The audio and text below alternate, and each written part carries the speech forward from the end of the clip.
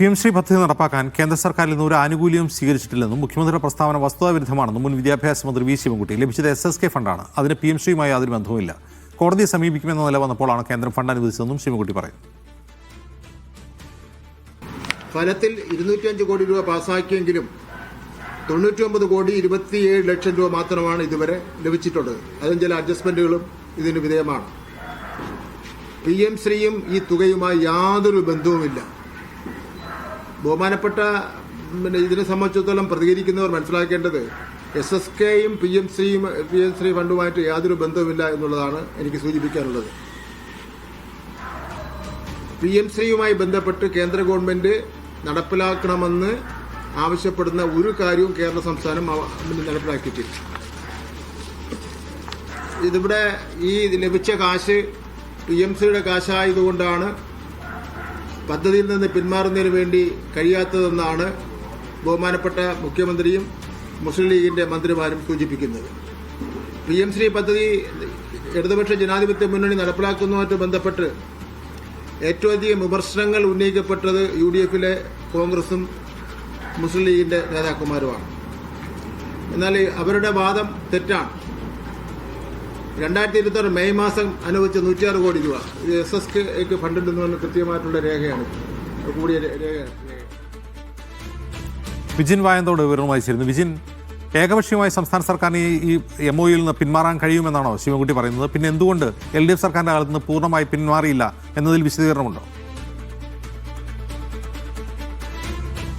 അങ്ങനെ ഒരു വിശദീകരണമില്ല. പക്ഷേ ഇന്നലെ പറഞ്ഞ കാര്യങ്ങൾ തന്നെ ആവർത്തിക്കുകയാണ് ഇപ്പോൾ മുൻ വിദ്യാഭ്യാസ മന്ത്രി വി ശിവൻകുട്ടി ചെയ്യുന്നത്. പിന്മാറാൻ കഴിയുമായിരുന്നു എന്നുള്ളതാണ്. പിന്മാറാൻ കഴിയണമെങ്കിൽ അതിൽ ഒരു MOUയിൽ പറയുന്ന കാര്യത്തിൽ ഒരു ഭാഗമുള്ളത് അത് രണ്ട് കക്ഷികളും തമ്മിൽ ഏതെങ്കിലും അഭിപ്രായ വ്യത്യാസങ്ങൾ ഉണ്ടായാൽ അതിനുശേഷം ദില്ലിയിൽ ഏതെങ്കിലും ഒരു കോടതിയെ സമീപിക്കാം എന്നുള്ളതാണ്. അത് രണ്ട് കക്ഷികളിൽ ഏതെങ്കിലും ഒരാൾക്ക് സമീപിക്കാം. പക്ഷേ അത്തരമൊരു നടപടിയിലേക്ക് ആ ഘട്ടത്തിൽ LDF സർക്കാർ പോയിരുന്നില്ല. പദ്ധതി മരവിപ്പിക്കാനുള്ള കത്ത് നൽകുകയായിരുന്നു ചെയ്തത്. അതിനുശേഷം ഇപ്പോൾ മുഖ്യമന്ത്രി ഈ പദ്ധതിയുമായി മുന്നോട്ട് പോകുന്നുവെന്ന് പ്രഖ്യാപനത്തിൽ പറഞ്ഞത് ഫണ്ട് LDF സർക്കാർ വാങ്ങിയിട്ടുണ്ട്. അതുകൊണ്ട് ഈ ഒപ്പിട്ട സാഹചര്യത്തിൽ മുന്നോട്ട് പോവുകയല്ലാതെ മറ്റു വഴിയില്ലെന്നാണ്. അതിനുള്ള മറുപടിയാണ് നിലവിൽ മുൻ വിദ്യാഭ്യാസ മന്ത്രി ആവർത്തിച്ച് പറഞ്ഞുകൊണ്ടിരിക്കുന്നത്. അതായത് ഒരു തുക പോലും SSKയുടെ ഭാഗമല്ലാതെ PM-ശ്രീക്ക് വേണ്ടി വാങ്ങിയിട്ടില്ല. PM-ശ്രീയുടെ ഒരു നടപടിക്രമങ്ങളും ആ ഘട്ടത്തിൽ നടത്തിയിട്ടില്ല എന്നുള്ളതാണ് ഇപ്പോൾ മുൻ വിദ്യാഭ്യാസ മന്ത്രി വി ശിവൻകുട്ടി വ്യക്തമാക്കിക്കൊണ്ടിരിക്കുന്നത്. അത് ശരിയാണ്. കാരണം SSKയുടെ ഫണ്ട് മാത്രമാണ് വന്നിരിക്കുന്നത്. അത് ദില്ലിയിൽ നിന്ന് ഈ SSAയുമായി ബന്ധപ്പെട്ട ഓഫീസിൽ നിന്ന് നിലവിൽ ആ ഫണ്ട് നൽകിയതിന്റെ വിവരങ്ങൾ നേരത്തെ തന്നെ പുറത്തു വന്നിട്ടുണ്ട്. അങ്ങനെ SSKക്ക് നൽകിയ ഫണ്ടാണ്. PM-ശ്രീക്ക് വേണ്ടി ഒരു തുകയും നൽകിയിട്ടില്ല. പക്ഷേ ഈ PM-ശ്രീക്ക് വേണ്ടി PM-ശ്രീ പദ്ധതിയിൽ ഒപ്പിട്ടതിന് ശേഷം മാത്രമേ SSK ഫണ്ട് ലഭിക്കൂ എന്നുള്ള കാര്യത്തിൽ നിർബന്ധം അത് കേന്ദ്ര സർക്കാർ പിടിച്ചിരുന്നു. അതിനുശേഷമാണ് ഇങ്ങനെ ഒരു തീരുമാനത്തിലേക്ക് അന്ന് LDF സർക്കാർ പോയിരുന്നത്. ഇപ്പോൾ ഈ ഒപ്പിട്ടതുമായി ബന്ധപ്പെട്ട് പിന്മാറാൻ കഴിയുമെങ്കിലും ഒപ്പിട്ടതുമായി ബന്ധപ്പെട്ട് LDF സർക്കാരിന്റെ തലയിലിടാനാണ് നോക്കുന്നത്. BJP കോൺഗ്രസ് കൂട്ടുകെട്ടാണ്. അത് ആയിക്കോളൂ. പക്ഷേ വസ്തുതാവിരുദ്ധമായ പ്രസ്താവനകൾ, വസ്തുതാവിരുദ്ധമായ കാര്യങ്ങൾ അത് LDF-ന്റെ തലയിലിടേണ്ട എന്നുള്ളതാണ് വി ശിവൻകുട്ടി ഇപ്പോൾ പറയുന്നത്. എന്തായാലും ഇക്കാര്യത്തിലുള്ള വിവാദം ഇപ്പോഴും തുടർന്നുകൊണ്ടിരിക്കുകയാണ്. കൃത്യമായ ഒരു മറുപടി അത് ഇരുപക്ഷവും നൽകുന്നില്ല. അന്നത്തെ ഒപ്പിട്ട കഴിഞ്ഞ സാഹചര്യത്തിൽ അത് പിന്മാറണമെങ്കിൽ അത്തരം നടപടികൾ എന്തുകൊണ്ട് സ്വീകരിച്ചിരുന്നില്ല എന്ന ചോദ്യം ഭരണപക്ഷം പ്രതിപക്ഷത്തിന് നേരെ ഉയർത്തുന്നു. ഒപ്പം തന്നെ നിലവിൽ എന്തിന് പിന്മാറാനുള്ള അവസരം ഉണ്ടായിട്ടും മരവിപ്പിച്ച PM-ശ്രീ എന്തിന് വീണ്ടും കുത്തിപ്പൊക്കിയിരിക്കുന്നു എന്നുള്ള ചോദ്യം പ്രതിപക്ഷം ഭരണപക്ഷത്തോടും ചോദിക്കുകയാണ്. എന്തായാലും ഇങ്ങനെയൊരു പദ്ധതിയിൽ ഒപ്പിട്ട് കഴിഞ്ഞിരിക്കുന്നു. അതിനുശേഷമുള്ള ആശങ്കകൾ ഇപ്പോഴും നിലനിൽക്കുകയാണ്.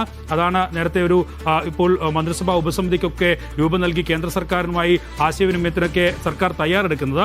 ഇക്കാര്യത്തിൽ കരിക്കുലത്തിൽ മാറ്റം വരുത്തേണ്ടതില്ല എന്നൊക്കെ പറയുമ്പോഴും പക്ഷേ ഏതെങ്കിലും ഘട്ടത്തിൽ അത്തരമൊരു തീരുമാനം കൈക്കൊണ്ടാൽ നിലവിൽ ഇപ്പോഴുള്ള ഓപ്ഷൻ അനുസരിച്ച് ഏതെങ്കിലും തരത്തിൽ പദ്ധതിയിൽ നിന്ന് പിന്മാറാനുള്ള ഒരു നീക്കത്തിലേക്ക് സർക്കാരിന് കടക്കേണ്ടി വരും. കാരണം NCERT പാഠപുസ്തകങ്ങൾ ദേശീയ വിദ്യാഭ്യാസ നയത്തിന്റെ ഭാഗമായി പഠിപ്പിക്കണം എന്ന് നിർബന്ധം വെച്ചാൽ അങ്ങനെ ഒരു MOUയിൽ നിലവിൽ നിർബന്ധമില്ല. പക്ഷേ ഏതെങ്കിലും ഘട്ടത്തിൽ കേന്ദ്ര സർക്കാർ അങ്ങനെ ഒരു നീക്കത്തിന് തയ്യാറാവുകയാണെങ്കിൽ എന്ത് ചെയ്യും എന്ന ചോദ്യം ഇപ്പോഴും ബാക്കിയാവുകയാണ്. എന്തായാലും ഇതിൽ വിശദീകരണം നൽകാൻ സമയം വേണമെന്നതാണ് KM ഷാജി ഉൾപ്പെടെയുള്ളവർ ഇപ്പോൾ പറയുകയും ചെയ്യുന്നത്. ഇക്കാര്യത്തിൽ പ്രതിപക്ഷ ഭരണപക്ഷ പോരെന്തായാലും തുടരുകയാണ്. അജിംസ്.